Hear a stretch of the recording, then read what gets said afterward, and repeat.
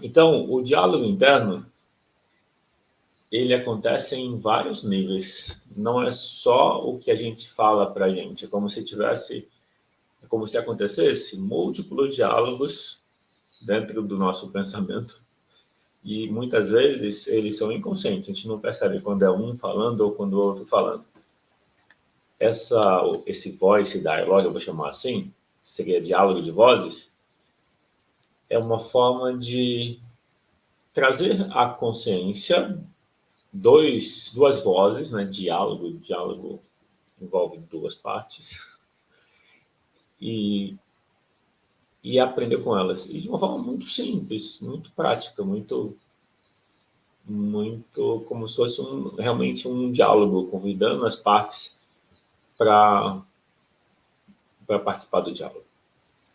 Bom, então, antes de entrar no assunto propriamente do diálogo interno e como isso conecta com a autocura, houve uma aula que o assunto era diálogo interno, se eu não me engano. Mas aqui o diálogo interno, eu me refiro a uma ferramenta chamada Voice Dialogue. Eu chamo de ferramenta, porque eu recebi uma sessão, ou uma mini demonstração do Voice Dialogue, e foi simples e objetivo.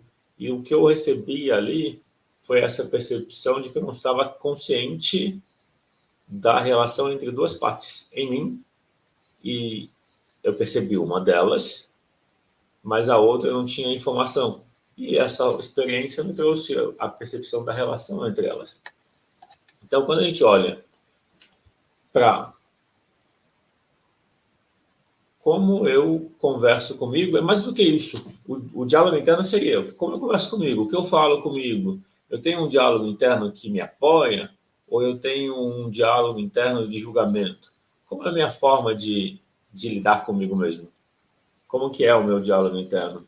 A qualidade do meu diálogo interno vai definir o meu estado interno principal. Principalmente quando as coisas saem do controle, quando a gente não está seguro numa situação que a gente domina, é no momento que a gente lida com as emoções. Então, diante das emoções, diante de uma frustração, diante da tristeza, é onde você percebe a qualidade predominante do diálogo interno.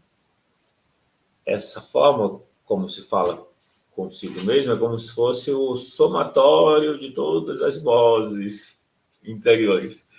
É importante pensar nisso, que não tem só uma voz, é um conjunto de vozes.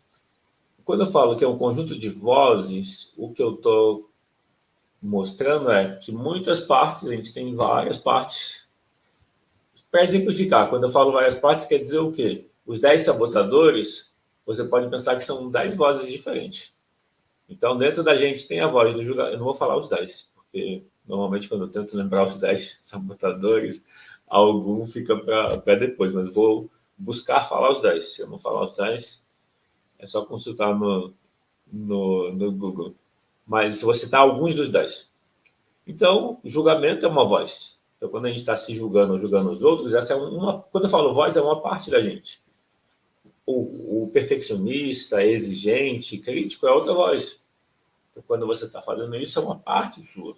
É que algumas partes podem ser próximas, parecidas, mas elas têm como se fosse uma identidade, uma maneira de agir, uma necessidade, uma busca. O hiperrealizador é uma voz, é uma parte nossa. O hipervigilante, o medroso, é outra parte. O, o inquieto, o hiperracional, o controlador, o evitador, todos eles são partes na gente como se fossem personalidades, ou pessoas, ou maneiras de ser. Identidades, vou colocar assim. Partes é uma maneira de se referir a identidades, como personagens, melhor assim. É que essas partes internas, elas se expressam através da gente, sem avisar que elas estão se expressando. Esse é o efeito dos sabotadores. Os sabotadores, eles não avisam quando eles estão falando entre a gente. O hipervigilante, que é o medroso, ele pode estar falando, você não percebe que é ele, acha que é você mesmo, E o que o hipervigilante traz é ver uma situação como muito mais complicada do que ela seria de fato. Então, nesse sentido, o que a gente olha quando se pensa no diálogo interno seria observar não só o predominante, o diálogo predominante é como se fosse a somatória das partes na relação com você mesmo. Então, olhando para o diálogo interior, eu vou contextualizar assim. Um diálogo interior negativo, falar consigo mesmo, se cobrando, se julgando, se punindo, tem uma intenção positiva de fazer as coisas melhor, de se desenvolver, de conseguir coisas. No geral, a autocrítica tem a ver com fazer bem feito. Só que essa autocrítica, quando ela é exagerada, quando ela é maior do que a realidade, ou seja, você se cobrar algo que você não pode fazer, isso é uma forma de sabotagem. Então, quando você está se cobrando, o processo de aprendizagem tem etapas. Então, é normal que quando a gente está aprendendo algo, no começo a gente vai ter falhas, erros, vai ter um desempenho baixo, e com o passar do tempo você vai ganhando confiança, segurança, e passa a ter resultados melhores. Muitas vezes, a dificuldade de lidar com as emoções, com a tristeza em especial, é o obstáculo para você vivenciar essa parte inicial, onde naturalmente tem erros. A exigência faz você não começar coisas novas, porque é tão desconfortável. A exigência faz você evitar coisas novas, porque você vivencia como um desconforto, como um sofrimento, aquela etapa inicial de baixo resultado, que é melhor nem começar. É melhor ficar só com o que você domina.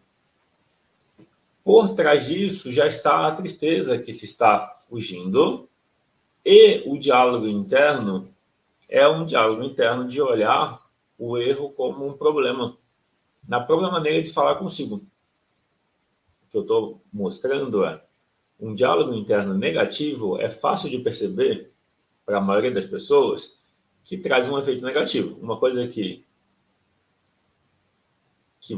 se pode perguntar, e eu perguntei isso numa sessão, foi para cliente: se você tratar alguém, uma amiga, do jeito que você se trata, o que aconteceria na relação?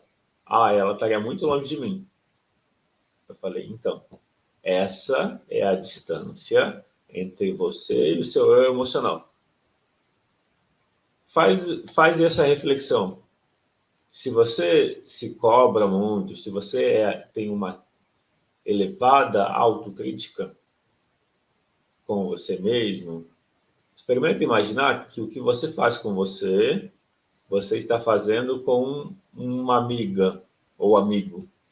O que acontece na relação? Se você se tratar se você tratar alguém do jeito que você se trata, o que acontece na relação?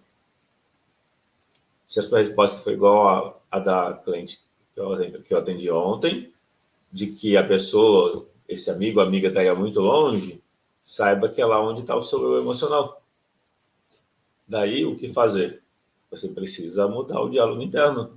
Pensar que você está falando com você mesma da forma como você fala com os outros. Se você trata os outros melhor do que você se trata, experimenta se tratar como se você fosse um dos outros. Porque é isso de fato. A nossa relação com as nossas emoções é uma relação mesmo, tem dois, pelo menos. Na verdade, tem vários. Mas para simplificar, é melhor pensar que são dois, que é o pensamento e o sentimento. Quando eu falo que tem vários, eu dei o exemplo dos 10 sabotadores.